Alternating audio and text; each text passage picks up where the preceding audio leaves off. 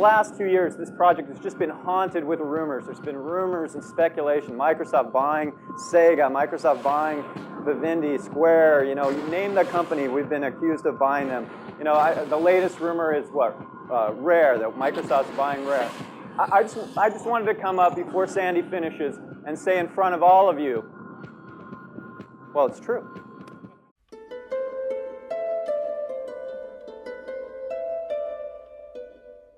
In early 2000, Howard Lincoln announced he would be retiring from his executive position at Nintendo of America. For nearly 2 decades, Lincoln was one of Nintendo's top executives and a highly regarded figure in the video game industry. In the media, he defended the Japanese company during legal battles against Universal Pictures over copyright infringement, and the United States Congress during the rising controversy of violent video games. Behind the scenes, he was an aggressive businessman when it came to Nintendo's competitors and retailers. Alongside Nintendo of America's sitting president Minoru Arakawa, Lincoln's competitive edge made him and his decisions very influential. The two of them were largely responsible for the Super Nintendo and N64 receiving support from big third-party developers, ensuring their biggest games would be available on their consoles. At the same time, they made sure to expand Nintendo's own portfolio with talented second-party studios. During a routine scouting trip through Europe in 1993, Howard Lincoln became impressed with what he saw from developer Rare, inevitably pushing for future collaborations with Nintendo. Lincoln was considered one of the biggest supporters of the Stamper Brothers, and, despite not speaking Japanese himself, he was regarded as the glue keeping Rare and Nintendo's relationship together. He was always there to promote the British developers' products, even calling them the Spielberg of video game development. When once asked what would happen if Nintendo ever lost its partnership with Rare, Lincoln acknowledged that the loss would be detrimental. As much praise as Nintendo of Japan received for their games, he knew they could only do so much on their own, and it was necessary to identify new talent and nurture creative minds outside their hallowed walls if they wanted to remain competitive in the industry. Before his departure, Lincoln had already set the stage for new developers to show off the strengths of the Nintendo GameCube, ensuring visually striking games at launch, and acquiring new developers like Retro Studios as another second-party developer. After he left Nintendo, a number of other big names within the company's then long-standing regime would announce their leave of the company as well. Hiroshi Yamauchi, who had been president of Nintendo for 53 years, would be stepping down in 2002. He would be succeeded by Satoru Iwata, an up-and-coming game designer and programmer at Nintendo. Minoru Arakawa, Yamauchi's son-in-law and first-ever president to Nintendo of America, would retire that same year and be succeeded by Tatsumi Kimishima. Peter Main, the executive vice president of sales and marketing who started work at Nintendo way back in 1987 and oversaw the US launch of both the Nintendo Entertainment System and the Game Boy, would also step down and be replaced by Peter McDougall, formerly of Nintendo Canada. One of the more public faces at Nintendo of America was a game designer named Ken Lobb, who often collaborated with Rare on games like Killer Instinct and GoldenEye. As Nintendo was preparing to launch their GameCube system, Lobb witnessed the dramatic transition occurring within Nintendo firsthand, and the incoming shift of the gaming landscape, fast approaching thanks to a newcomer in the industry, Microsoft's Xbox console. I had been playing the GameCube games, and they were good. I knew what was coming. I was very interested in online. And Nintendo had kind of a not-so-quite aggressive look at the online arena. More importantly to me, though, personally, I bought an Xbox on launch day. I buy every system on launch day. And I was playing it every night. And my GameCube was kind of sitting there. Again, partially because I'd already beaten all the good GameCube launch games before we even launched. But primarily just because the Xbox launch, I mean, Halo and Gotham especially. Gotham just completely addicted me to soundtracks and games. Halo, of course, was brilliant. It was funny. We were actually playing Halo 16-player LAN inside the treehouse at Nintendo. It was just brilliant experience. I worked at Nintendo for about 9 years, and obviously I had a blast. I mean, being able to work with Rare all that time, I worked on basically every game that came out of Nintendo of America to some level. Some I was producer, executive producer, some of the other producers in the studio were working on, but we all kind of played and helped and worked together. It was a pretty awesome experience. I also I have just infinite respect for Mr. Arakawa and also Howard Lincoln. I mean, it was awesome to see them get the Lifetime Achievement Awards at DICE a couple weeks ago. Extremely well deserved. I mean, if Mr. Arakawa hadn't left Nintendo, I'd probably still be there today. In 2001, Ken Lobb announced his departure from Nintendo and would later be employed by Microsoft as a studio manager. With so many of its top figures now gone, there would be a new company outlook at Nintendo both in Japan and America. Losing someone like Lincoln meant the strong bond between Nintendo and Rare was coming to an end. In 2001, Rare's games represented about 9.5% of Nintendo's total game sales, but by 2002, their titles only accounted for about 1.5% of software sales. Many inside sources began claiming the new management at Nintendo just didn't respect Rare like they had before. Given their disappointing sales numbers as of late, it was decided that more exclusive games from the British developer would not be pursued. Then Vice President for Nintendo of America, Peter McDougall, said in an interview that in looking at the company's recent track record, it became clear its value to the future of Nintendo would be limited. This decision came at a crucial moment for Rare as the Stamper brothers were becoming anxious about how expensive video games were becoming to make. They had decided it was a good time to be fully owned by a publisher in order to minimize financial risk and possibly cash out to some extent. Nintendo couldn't sell Rare themselves since they owned 49% of the company, but they had the first option to buy them outright. Well, Nintendo had first dibs on Rare because they already owned most of it. They only needed another 2% and they'd get the controlling share. But Tim and Chris obviously wanted to go, right, let's just sell everything. We want to get rid of all our stuff, all our shares, and all the other sort of smaller shareholders, they were up for selling as well because people would make lots of money. The question was, is it the right time? And if so, who's going to buy the company? And I think it was the right time. It was right at the peak of everything. If you look at it now, it's probably the point at which, it kind of, in terms of sales, sort of slumped off. Tim and Chris got that one, pretty much.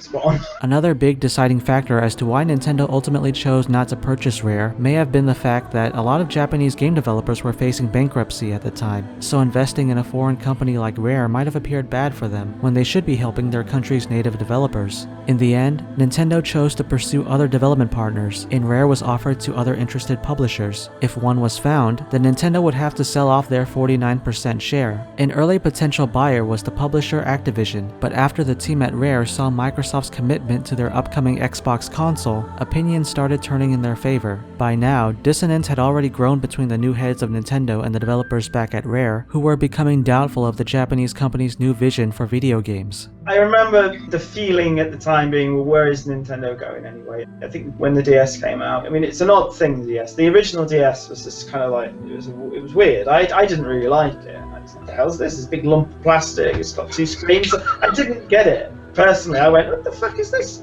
I don't understand it. I don't know what happened. I think it was a show someone went to and they saw the Xbox and they saw how much money was being invested into this console by Microsoft and how committed they were to it and everything. And they saw Halo and they saw all these other games and they just went, this is the big one. This is the big player. These will serve us. Nintendo don't want us, really. If they did, they'd pay the money. Activision, they got a good deal on the table. Microsoft, bam. They just said, right, that's it. Here's the money. We'll see you and we'll double or whatever it is. And that was it. And I think that from that moment on, from that show on, I think it was pretty much a given that it was going to be Microsoft. And at the time, they asked us, Tim and Chris, we all got pulled into the meeting room at the time, the whole company, and they said to us all, who do you think? Who do you want to go with? What's your opinion? They wanted to know what we thought. Who do you want to go with? And most people said Microsoft. I wasn't too sure. I didn't feel like I had enough information to make that judgment at the time. Gut feeling, I would probably said Microsoft. I think I eventually did. Just from a financial point of view, just the cushion size, as it were. You look at Activision now, and it's like, oh my god, Activision, they're huge. They own everything. They own Blizzard and all this other stuff. But at the time, they didn't. When I left Nintendo, it was hard. I mean, there's a lot of people there that I still respect today. They're still all my friends. I still love their games. But the hardest part about leaving Nintendo was walking away from Rare. I love the guys. I love the games they make. I really respect the company. That was tough. So remember, I came over as a director of portfolio planning as my first role at Microsoft. So I didn't really have a whole lot to do with what Ed was doing from a strictly first-party perspective. So they kicked off the whole let's go acquire Rare thing kind of in the background with very few people inside Microsoft knowing what was going on, including me. They came to me maybe a month or so after the talks had started, and maybe as kind of a mid to later step of the due diligence, just asking, what do they really like? They'd been there and visited them, Rare had come, and they were in the building and I didn't know it when Ed came and talked to me about that. He's like, so we had a talk for about an hour, just over what I was like working with them and what I thought if we were going to acquire them, how should we work with Rare, maybe differently than we work with other companies. I think one of the strengths we have is that we understand each one of our partners has their own place, so to speak, in the game industry. They know how to make games. I mean, Rare knows how to make games. It might be very different than the way Bungie makes games, or the way Bazaar makes games, or the way Lionhead makes games, but they all know how to make games. And so you have to be careful not to come in and meddle with their magic sauce. And so that was a big part of our conversation. And then again, they were acquired, and it was right about then when he asked me also to become the studio manager. So Rare moved under my studio. Although Tim and Chris and the upper managers were actually reporting directly to Ed.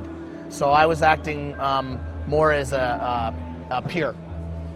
But it was good times again. And again, it was nice to have them back. It was really like the closure of the move for me from Nintendo over to Microsoft, was that once again I got to work with my buddies at Rare. In 2002, at a trade show in Spain, Microsoft shocked the industry when it was announced they would be purchasing Rare for £120 million, or roughly $375 million, which included the 49% stake owned by Nintendo. The immediate impact was that Rare would change from a small, close-knit family business to something more corporate, with over 200 staff members and even more being added. Following this announcement, the Stamper brothers conducted one of their few public interviews discussing the terms of this new acquisition. Chris Stamper stated that while they remained friends with Miyamoto and the designers at Nintendo, they saw Microsoft as the right partner who allowed Rare to continue making games for as wide an audience as possible. With this acquisition, their teams would no longer have to be concerned about the state of the industry, as their business would remain secure under Microsoft's watch. While this meant they lost access to Nintendo's properties like Donkey Kong and Star Fox, all of their past and future franchises would remain available to them.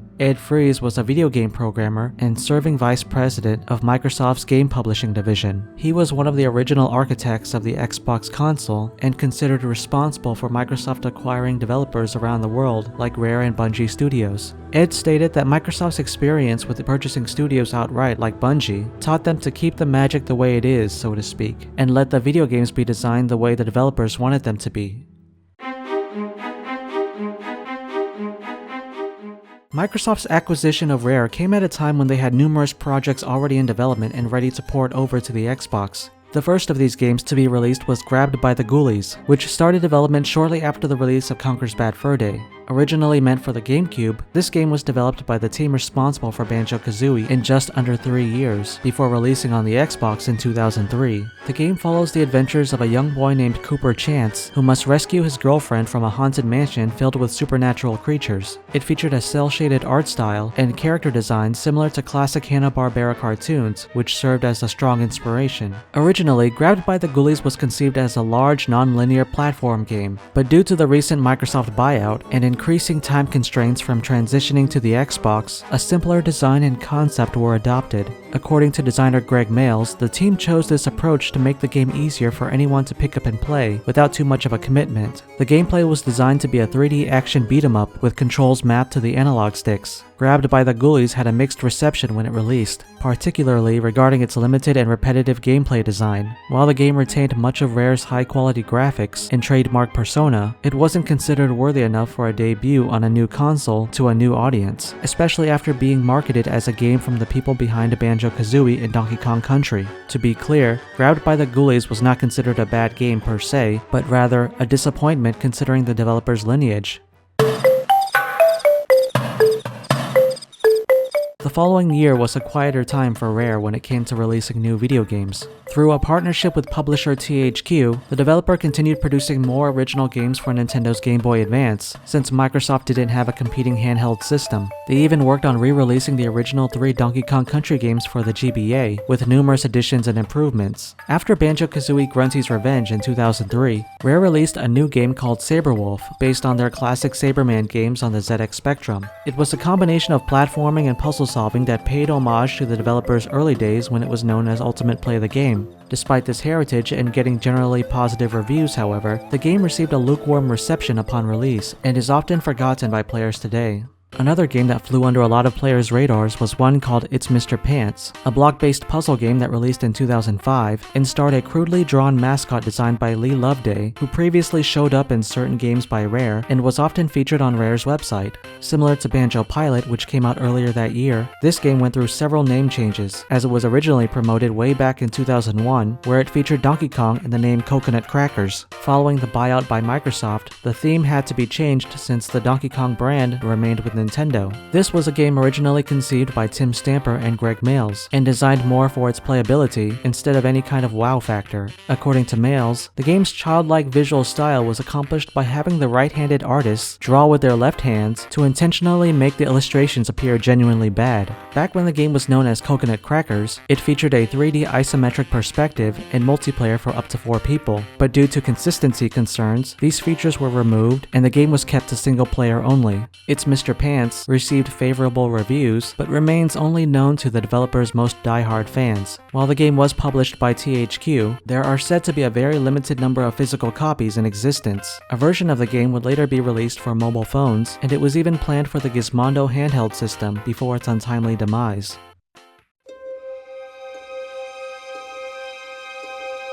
It was around this time that Ed Fries announced he would be leaving Microsoft and his position would be taken over by Shane Kim. Meanwhile, as Nintendo was on the eve of launching their next handheld, the Nintendo DS, Peter McDougall, then Vice President of Sales and Marketing at Nintendo, passed away after a long battle with pancreatic cancer and was replaced by a former marketing director and business executive named Reggie Fils-Aimé. My name is Reggie. I'm about kicking ass, I'm about taking names, and we're about making games. After Conquer Live and Reloaded released on the Xbox in 2005, Microsoft's developers would change their focus onto their next console, the Xbox 360. For the system's launch, Rare would release 2 big games originally intended for Nintendo consoles, Perfect Dark Zero and Kameo Elements of Power.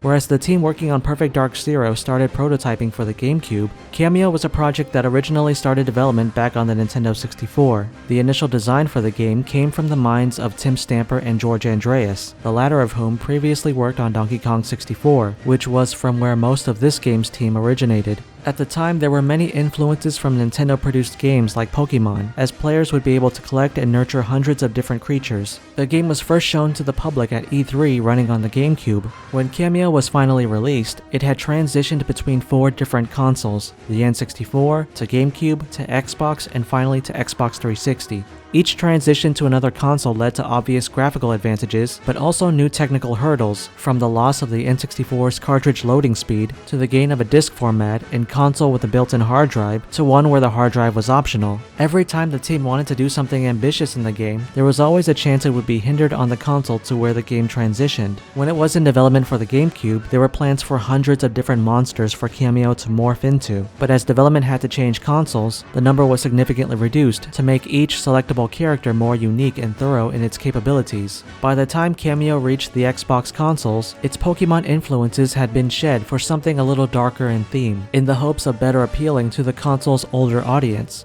Kameo went from resembling a fairy in her original concept to more of an elf. This character transition was considered a struggle by the team, as Kameo was obviously intended to widen the Xbox's player base, but Microsoft was not allowing them to adhere to Rare's familiar style. Kameo was nearly finished for the original Xbox, but when it was delayed to become a launch title for the Xbox 360, the team used the additional time to improve the game's presentation and stretch their ambitions to new lengths. For instance, months before the game's release, Microsoft offered the team the additional budget to record the game's soundtrack using a live orchestra, making Kameo the first game from Rare to include this feature. As Kameo, the player must recover the powers of 10 different elemental creatures in order to save her family's kingdom from her evil sister, responsible for resurrecting an evil troll king. The gameplay combined elements of a character action game with puzzle-solving elements revolving around Kameo transforming into different creatures to take advantage of their unique abilities. Instead of the team designing a game around numerous collectibles, the gameplay was made to be much more streamlined, resulting in objectives flowing smoother with little waiting time by the player. At its release, Kameo served as one of the early graphical showcases for the Xbox 360 and featured one of the most epic soundtracks ever produced by Rare from composer Steve Burke,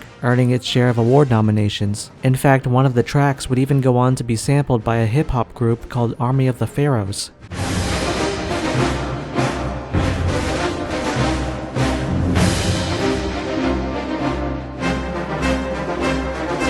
We the poisonous boys in the hood, boys to deploy and destroy alien barbarians raging on roids. We the 89 Raiders, Bo Jackson and Uranus, the 8th wonder, space hunter, godless and atheist, Decepticon cannibals eating metal and chemicals. Kameo received generally positive reviews as a launch title for the Xbox 360, but over time, public opinion among fans and critics began to wane. While the gameplay and general design were considered more than suitable to deliver an engaging experience for players, it also got knocked by them for being unremarkable with its puzzles, overly restrictive with its combat, and woefully derivative with its narrative. Outside the addition of a cooperative multiplayer mode, the game was also very short, and didn't offer much when it came to replay value. The lingering issue wasn't that Kameo was a bad game, but rather not a good enough one considering the developer's history of genre-defining titles, which was what many players were probably expecting out of Kameo. The team's decision to have the game feature a much darker aesthetic than its original conception proved unsuccessful, as the game failed to impress with its early sales numbers.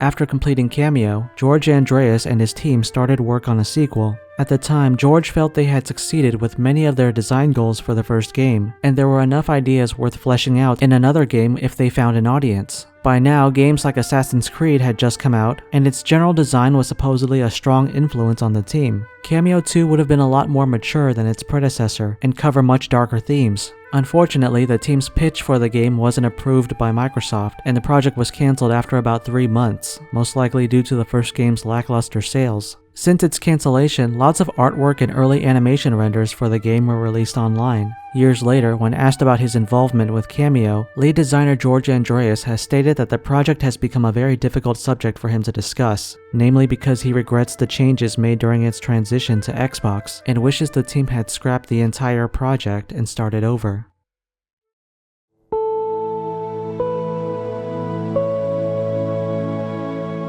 After Kameo, new game announcements from Rare became fewer and farther between. Outside an exceptional remake of the company's first game Jetpack in 2007 and the Viva Pinata series, which will be discussed in a moment, there weren't a lot of new game announcements for fans of Rare to get excited about. Given the install-based numbers for the Xbox 360 at the time, games like Kameo and Perfect Dark Zero were considered by the teams at Rare to have sold phenomenally well. Still, those numbers were not as impressive as the Xbox's other exclusives like Halo and Gears of War, so further installments in Rare's games were likely not something Microsoft wanted to pursue, especially with the introduction of new peripherals like the Kinect camera in 2010, shifting the focus of its development teams. Many years later, it would be confirmed by numerous current and former employees of Rare that several games were pitched to Microsoft but never given the go-ahead. Obviously, this kind of practice occurs with any video game developer, as many games will always be conceptualized but never shown to the public. Still, given the lack of big games being released by Rare at the time, and the staggering number of cancelled projects known, it's a subject worth discussing in order to examine the kinds of initiatives the British developer wanted to pursue during their time with Microsoft.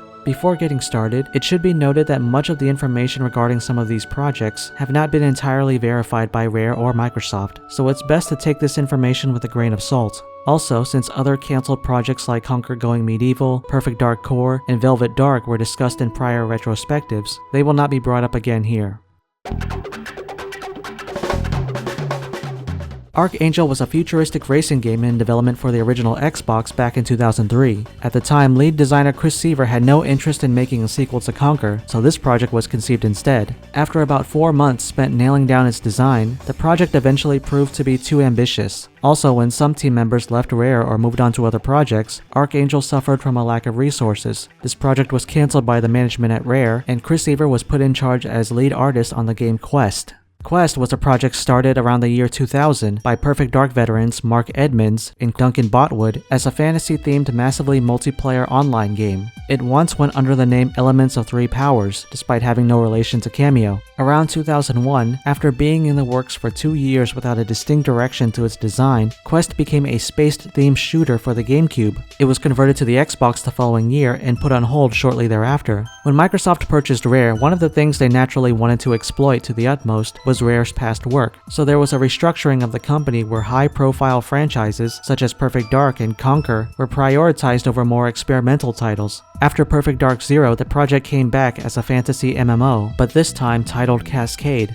The project was then cancelled again in 2007 when the team was put to work on a re-release of the classic GoldenEye 007, which was finished but sadly never released. When this project was officially abandoned, it's possible that was when the Kameo team added the Elements of Power subtitle to their game. Black Widow was an ambitious prototype that allowed players to take control of a giant mechanical spider while traversing a large city in the middle of an alien invasion. After the project failed to enter full development, the prototype would have likely been featured as a new elemental warrior in the proposed sequel to Kameo. Tailwind was a game that took place in a world where transport was handled entirely by airborne vehicles. Players would take on the role of a courier, fulfilling contracts based on the types of aircrafts they had available. Unfortunately, Tailwind never existed beyond a prototype video released by Rare following its cancellation.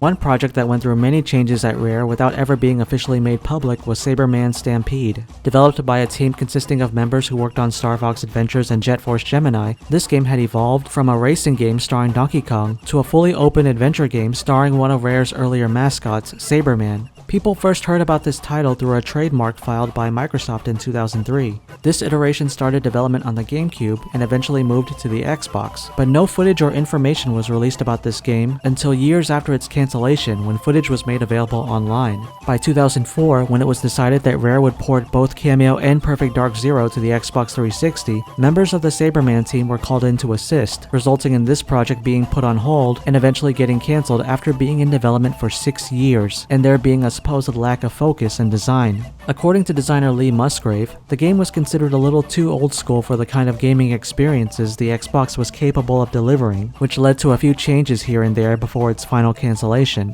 When looking back on its early concepts, he believes there were still some good ideas in the game if they were fully developed. Ordinary Joe was a prototype for a survival horror game led by Chris Seaver that was in early development for the Xbox 360. Chris and his team were very passionate about the project as it allowed them to come up with a lot of really creative ideas. But when no one at Microsoft expressed any interest, Chris knew the project's days were numbered. Following the release of Conquer Live and Reloaded, this project was in development for about a few months before being cancelled. Ordinary Joe would be the last project at Rare where Chris Seaver would do any extensive design work. Another attempt was made at developing a survival horror game called Sundown, which was about a biological parasite capable of infecting and mutating living organisms. The team took many inspirations from the 1982 movie The Thing by John Carpenter. Instead of the whimsical fantasies inherent to Rare's past games, Sundown would have an emphasis on the grotesque, with the intent of instilling a sense of fear and dread. Players would travel across deserted towns in search of supplies and weapons to survive the infected threat that would descend in droves once the sun came down. When the project was eventually cancelled, the concept was still able to flourish thanks to a new team within Rare creating a prototype over a few weeks, showcasing the features originally being pitched. Before the Kinect, the Xbox 360 had a similar peripheral called the Xbox Vision Camera. In 2006, Rare was developing a party game that would take advantage of the camera called the Fast and the Furriest. Along with using the normal controller, the camera would track players' movements in a variety of different minigames. After this project was cancelled, the name would be used again for another game in development. Taking inspiration from Diddy Kong Racing, this game would feature many different characters throughout the company's history in a kart racing game. It was actually not the first time this idea was brought up, as it was initially considered back in 2004 through a project codenamed Banjo-Kazooie, where players were able to construct their karts out of different components. This project was eventually cancelled, though it may have evolved into Banjo-Kazooie Nuts and Bolts, which released on Xbox 360 4 years later. After that game's release, the concept of a kart racing game came up again in what was referred to as Banjo Karting, which built upon the characters and design mechanics of Nuts and Bolts, but was also cancelled. Another project in development intended to take advantage of the Xbox Vision camera was Soul Catcher. This prototype was a first-person fantasy action-adventure game that would have allowed players to attack or cast spells using motion controls. This cancelled project was first revealed by Rare at a developer conference in 2011.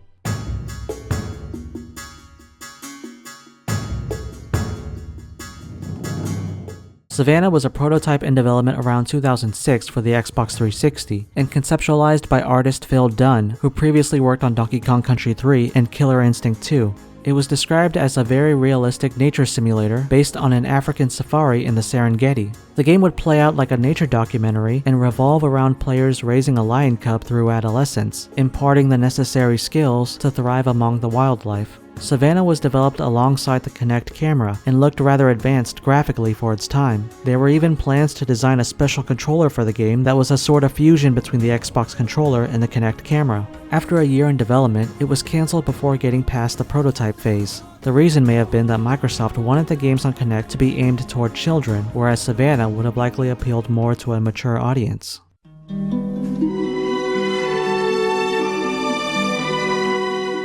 After Conquer Live and Reloaded, the game's development team helped finish Perfect Dark Zero for the Xbox 360 launch. After that, they regrouped and began work on a project called Urchin, a fantasy adventure game for the Xbox 360. Planned as 3 games, each with a cliffhanger ending, Urchin was going to be set in a beautiful but disturbing fairy tale, as a sort of counter to the Fable series developed by Microsoft partner Lionhead Studios. Unlike Fable, which focused on how good or bad your character acted in the game, Urchin would be all about how bad your character and everyone else was. For instance, one quest could have your character ripping out the heart and guts of a princess, making you appear to be the villain. In reality, the princess was actually an evil vampire, responsible for killing other girls. The moral compass would have come down to one's own point of view. Over the span of a few months, the team worked on making the graphics look impressive and designed a combat system called Dirty Fighting. The young girl protagonist was not designed to appear strong, but she was meant to be clever and brutal, using everything she can to her advantage in a fight.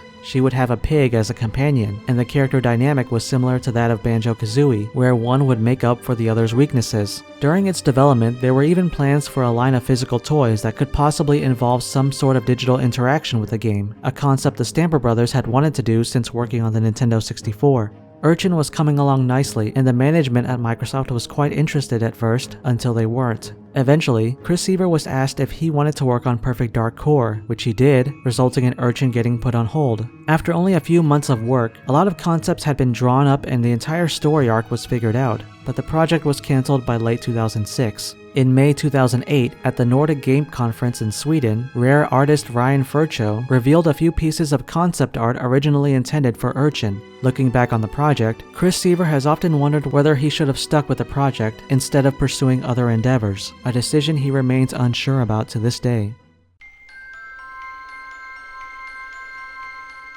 Regardless of how well they may have been received at launch, many of Rare's high-profile games released for the Xbox were either considered forgettable letdowns at worst or underrated at best. Of all the projects that Rare had worked on during their early years at Microsoft, their most ambitious that came to be released was Viva Pinata. The concept for a garden simulation game originally started as an idea from Tim Stamper. 3 designers were placed in charge of making a prototype for this game way back before Rare was acquired by Microsoft. Initially, it was conceived for a mobile device being released by Microsoft in 2002 called the Pocket PC, but when that device never saw release, it would be moved on to Xbox consoles. The project was headed by Greg Mails and the team behind Banjo-Kazooie, which expanded to about 50 people by the time development finished. When deciding an art style for the game, the team wanted all the characters to appear cohesive as if part of a large family. After considering a toy or ragdoll design, it was decided every character would resemble a Mexican piñata. Viva Pinata released on the Xbox 360 in 2006, and the following year on PC. The game begins with players tending a once-neglected plot of land on Piñata Island. Using a variety of available tools, they can craft the garden to whatever they're choosing, resulting in numerous species of piñata coming to reside there. Over time, these creatures could even fall in love with one of the same species, eventually generating new piñatas to inhabit the garden. Players must also protect their domain from Professor Pester and his ruffians, who only seek to cause havoc for the residents. There were up to 60 types of piñata creatures in the game, each named after numerous sweets and candy. The development team initially considered using animal noises for each creature, but in the end, they decided to come up with the noises themselves until they found something suitable, a common practice when it came to voice acting in Rare's games. Viva Pinata received a strong positive reception from both critics and players, possibly the best ever for a game since Microsoft acquired Rare. The game's striking visuals and attention to detail received praise, as did Viva Pinata's compelling game design that was unique to the Xbox 360, let alone any game console by then. The large number of available piñatas led to vast customization possibilities and would ensure an engaging experience every time players came back for more. Viva Pinata was good enough to receive many award nominations for numerous design aspects, from its original concept to its remarkable soundtrack composed by Grant Kirkhope. Microsoft wanted Viva Pinata to become a franchise and invested in numerous marketing opportunities for the game, along with collaborating with amusement parks like Six Flags Mexico to construct the world's largest piñata. They partnered with 4Kids TV to produce merchandise and a Saturday morning cartoon. The show didn't follow the plot of the game, so the writers were free to make the show however they wanted. There was even a party game spin-off called Viva Pinata Party Animals, developed by Chrome Studios and released in 2007. After the first Viva Pinata, a portable version was proposed for the Nintendo DS, as Rare had also just finished work on a remake for Diddy Kong Racing on the system. The project was given to an internal team at Rare, and a few months later, they managed to produce Viva Pinata Pocket Paradise, which retained a surprising amount of assets and features from the original into a smaller, less capable system.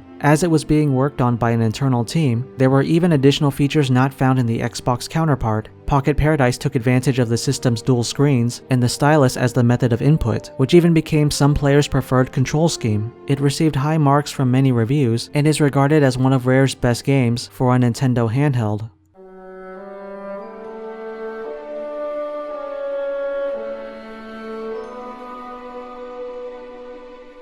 After having sold about 500,000 copies in about a year, the first Viva Pinata was considered to have sold well and be a success for both Rare and Microsoft. Still, the development team saw the game as incomplete, as there were many ideas that were cut. They wanted to take player feedback and apply it toward a more definitive version of the game. While some team members like Greg Mayles moved on to the Banjo project, the remaining designers came up with more ideas and new features. At first, the team pondered over whether they should spend 6 months creating more downloadable content or putting their new ideas into a full sequel 18 months later. They chose the latter, and Rare released Viva Pinata Trouble in Paradise on September 2008. Just months before another big release from Rare, Banjo-Kazooie Nuts and Bolts. The gameplay for Trouble in Paradise largely remained the same as its predecessor, but there were a number of quality-of-life improvements, making for a more enjoyable experience. In fact, a number of concepts and storylines first created for the TV show would go on to be added to this sequel. There were new environments and more than 30 new piñata species, expanding the game's universe. New modes offered more ways to play, like a just-for-fun sandbox mode and a cooperative mode for up to 4 players. The game also took advantage of the Xbox Vision camera, using specially designed cards with barcodes to unlock additional content. Trouble in Paradise is generally regarded as more of an expansion than a full-on sequel, but the additions made the game much more accessible and an improvement overall. The team wanted Trouble in Paradise to make Viva Pinata the best it could be, and this was clearly seen more as a passion project than anything else. Despite the praise, however, both Trouble in Paradise and Nuts and Bolts failed to impress with their sales numbers. While it would later be argued that both games were found to be undesirable to fans of Rare's past games, it's also been reported that at the last minute, Microsoft chose not to invest into marketing either game during the holidays, because the budget instead went toward their other big releases that year, Gears of War 2 from Epic Games and Fable 2 from Lionhead Studios. The Viva Pinata series never took off as much as Microsoft had probably intended, but the development team remains very proud of their work to this day. Composer Grant Kirkhope has always stated that it remains his favorite project to have ever composed for during his time at Rare.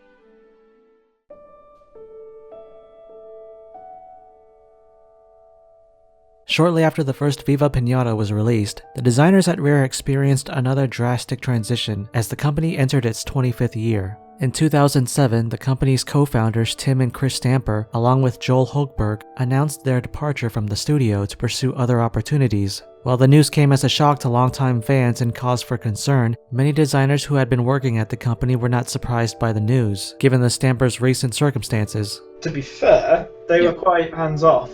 In my opinion, I think some of the higher people within the company became less interested at that point. It's almost like, oh, my job is done here. There was no ambition, there's no main driving force. It was kind of gone, oh, I've said what I want to say now. And the day-to-day intensity from management, I think, dropped off a little bit. Because Microsoft were there, and Tim and Chris, they weren't sidelined as such, but I guess they were kind of, it was less obvious who was eventually going to be calling the shots here. But initially, it wasn't like that at all. It did sort of become like that, obviously, because they left. And that, I figured, was inevitable from day one. I knew it was just a matter of time before they went. They would either get bored or do something, and Microsoft would go, no, we don't want you anymore, or whatever. I don't know. I'm not really sure why they left, to be honest, myself. But I think at that point, that was when the wolves in the woods, as it were, who were waiting for their opportunity to start getting involved with the development of the games at Rare, saw their opportunity, and then they went. And that's when Rare changed from what it was, which was a sort of a kind of a family business with that sort of feel about it, a bit more intimate, a bit more personal. You knew everyone, and generally people were pretty friendly, to a more corporate, which it had to, I guess. It was big, it was getting bigger, it was 200 people, 250 people, and that's quite difficult to keep that intimacy when you're that big. Loads of new faces coming in, and that was the point where I kind of went, I don't know about this. In the media, it seemed like the Stampers were leaving the company in good hands, as a number of its longtime employees were ready to take up the positions they were leaving behind. Greg Mayles was promoted to Rare's creative director, while Mark Betteridge was placed in charge as the company's studio director. Both of them had been involved with many different projects during their tenure at Rare, so this succession seemed only natural. Plus, Rare had just announced projects like a new Banjo-Kazooie and Viva Pinata, so there were still new games for fans to look forward to in the near future. Tim and Chris have always been key to the success of the overall quality of the Rare games. But at the same time, they have done that from kind of an advisory role. I mean, I've always respected that about them. The teams at Rare are extremely independent. And then at certain times during the development, Tim and Chris would just dive in and give their input. And over the years, a couple of the guys there, really the kind of all the lead staff, learned very well from what Tim and Chris had done. And why were the games that they were touching so special and so magic? Over the last, I'd say, 2 years, 3 or 4 of the individuals specifically, including Mark Betteridge and Greg Mayles, have taken on more and more of that role.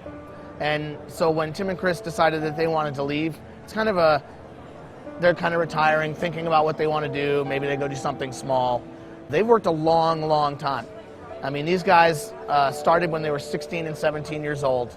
I used to go over there a lot when I worked for Nintendo for, more than just a visit. It would be like, I'm going to go for 2 weeks and we'd work. And it was, you go to work at 9, you get off at 2, you go to work at 9, you get off at 2, you're in on Saturday. Sunday's easy day, come in at 10, leave at 3. And that's the way they built their games. I mean, their work ethic was insane. Kind of like working with Howard and Mr. Arakawa. It was a great honor to work over the years with Tim and Chris. They're just brilliant. They're good friends of mine. I respect what they've done to the industry as a whole, what they did for Rare as a company, what they did for Microsoft, while they worked for us, and I wish them the best of luck. At the same time, with Mark and Simon and Greg and Lee Schuneman, Lee Musgrave, and all the other guys that are working at Rare now running the show, I have no concern. I mean, I couldn't really put it any other way. I mean, the stuff they're doing there is awesome. It will always be awesome. And, a lot of that is the legacy of Tim and Chris, but a lot of it, of course, is these people that have worked there for 10, 15, many of these people are from early on when Ultimate Play the Game started in the game industry.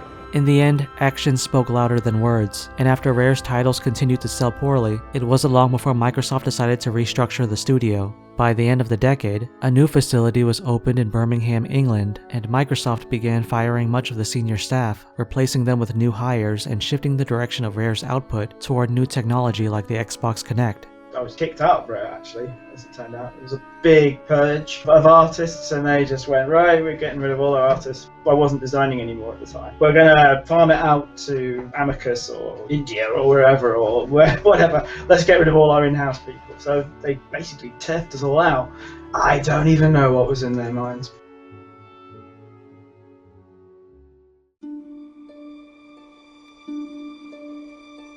Ever since Rare was acquired by Microsoft, there's been an ongoing conversation between longtime fans about how they wish for the days when Rare was still an exclusive partner to Nintendo, and they were releasing one beloved game after another. Perhaps due to the lack of information made available, or simply choosing to only follow incendiary headlines over the years, many failed to recognize that the changes happening at both Rare and Nintendo meant that this partnership was never going to last, or even be the same as it was ever again. When they first started collaborating, Nintendo helped Rare during a difficult transition in regards to the rising innovations in game development and the growing expenses it entailed. When Microsoft acquired Rare, video game development was on the verge of an even bigger leap in technological advancements. Development teams for video games used to consist of about a dozen people, but during the time of the Xbox 360, that number could easily expand to at least 50. Over the past decades, Rare had grown to employ hundreds of people, and though their games used to sell millions of copies each, the cost to keep creating games with high production value also rose significantly. So if many games failed to bring in the numbers developers hoped for, the company would naturally seek to become part of a bigger group in order to offset the risk. The Stamper brothers were known for giving their teams a lot of creative freedom when designing video games, only intervening if projects weren't coming along. Whether or not their games sold millions of copies, the teams always strived to create games with unique ideas they found enjoyable and nothing like what other studios were attempting. It's possible that executives at Microsoft like Ed Fries really did want to preserve Rare's culture so its staff could continue operating like they worked for Rare and not Microsoft. But as executives at Microsoft retired and were replaced over time, the opinions on Rare would inevitably change between them. For instance, an executive like Phil Spencer was often credited as being very supportive to Rare, whereas Peter Moore expressed disappointment, saying their skills had become outdated and no longer applicable in today's market. Just as the top executives at Microsoft had differing opinions of Rare, so too did Rare's employees when it came to their working conditions after the acquisition. Some of them saw it as a clash of two company cultures resulting in a difficulty to adapt, while others found the changes as positive and beneficial to team morale. Microsoft can be justifiably criticized for not promoting Rare's games as efficiently as their other projects, but when they had games like Viva Pinata going up against a game like Gears of War, it could also be argued that Microsoft just wanted to invest in the safer bets. Games like Halo were guaranteed to succeed on the name alone, regardless of how well it was marketed, so averting that budget onto Rare could have surely helped their games sell more. The question then would be just how much of a difference would it actually make?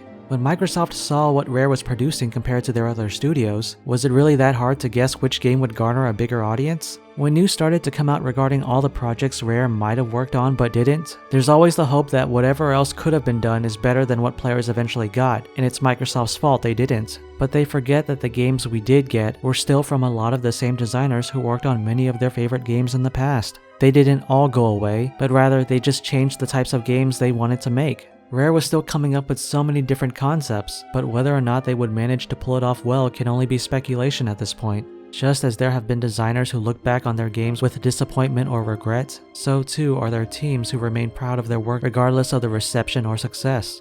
You know, it's sad when people don't think that things are going the way, but you know, whenever anybody sets out to make a game here, we set out to make the best game we can at in the time we've got. So, you know, we don't consciously decide to make a game that nobody's going to like. In fact, quite the opposite.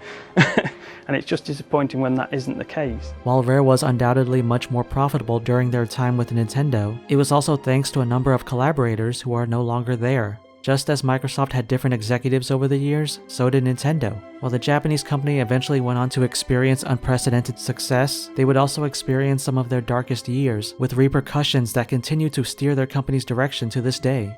Back when Howard Lincoln had Nintendo acquire second-party developers like Rare or Retro Studios, he never envisioned them to constantly develop the same games for the Japanese developer. Instead, he saw them as a consistent supplier of Western-styled games for Nintendo's older consumers who wanted something original or different. Lincoln understood that players who grew up with Nintendo would eventually become adults, so they had to supply all kinds of games for players to keep finding a viable form of entertainment on their platform. Both Lincoln and Arakawa understood that collaborations with outside studios were necessary to create the types of games Nintendo would never be able to produce effectively themselves. After their departures, the new management at Nintendo didn't just refuse the opportunity to purchase Rare, but they also ceased collaborations with a number of big third-party developers, effectively killing off studio relations established for multiple generations by then. As a result, it became a growing stigma that Nintendo consoles going forward would never receive the same level of support from big third-party developers as their competitors did. The presumption that a Nintendo system was where video games had to be either aimed toward a young audience or developed internally in order to become a massive success persisted for a long time, and whenever the Japanese publisher would collaborate with other studios, they only pushed their partners to develop games based on existing properties. And while there were some exceptions to that rule, it was still overall much more limited than the scope Lincoln originally had in mind for them. So how could anyone be so sure that this new management at Nintendo would support Rare similar to the old regime? Not just in regards to the games they went on to release for the Xbox, but even the ones that came before them. Would this new Nintendo give Rare the benefit of the doubt if another game like GoldenEye or Perfect Dark had a tumultuous development cycle? Would they promote a violent fighting game like Killer Instinct, or another Conker's Bad Fur Day that featured a level of raunchy humor that doomed it to only garnering a cult following's worth of sales?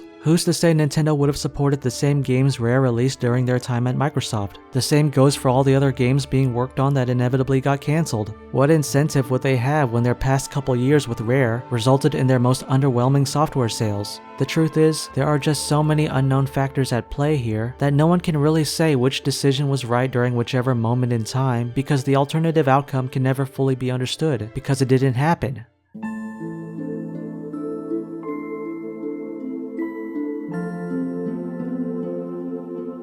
What we can know for sure is this. For a long time, Rare was a family business. Under the Stamper Brothers, the designers worked on games as though they were part of one large family. Their day-to-day interactions with the Stampers may not have always been desirable, but for a group of young people with something to prove and just looking for their opportunity, it was more than good enough. To work with the same people responsible for the games they grew up with was likely a dream come true no matter the circumstances. But at the end of the day, that was never going to last. If the company was going to grow under Nintendo and later Microsoft, that kind of intimacy was bound to be lost in time. As players grow up and discover new experiences in video games, there will always be a part of them who long for the days when things were simpler. Companies like Nintendo cultivated that ideal into a thriving business for generations, and fans of Rare would surely want the British developer to have that kind of success too. Even if Rare had stayed with Nintendo and weathered through the coming hardships together, that still wouldn't stop them from changing with the times or moving on when they felt the time was right. Companies are not defined by brick and mortar, but the designers who inhabit them, for better and for worse. But like all things in life, it's never that simple.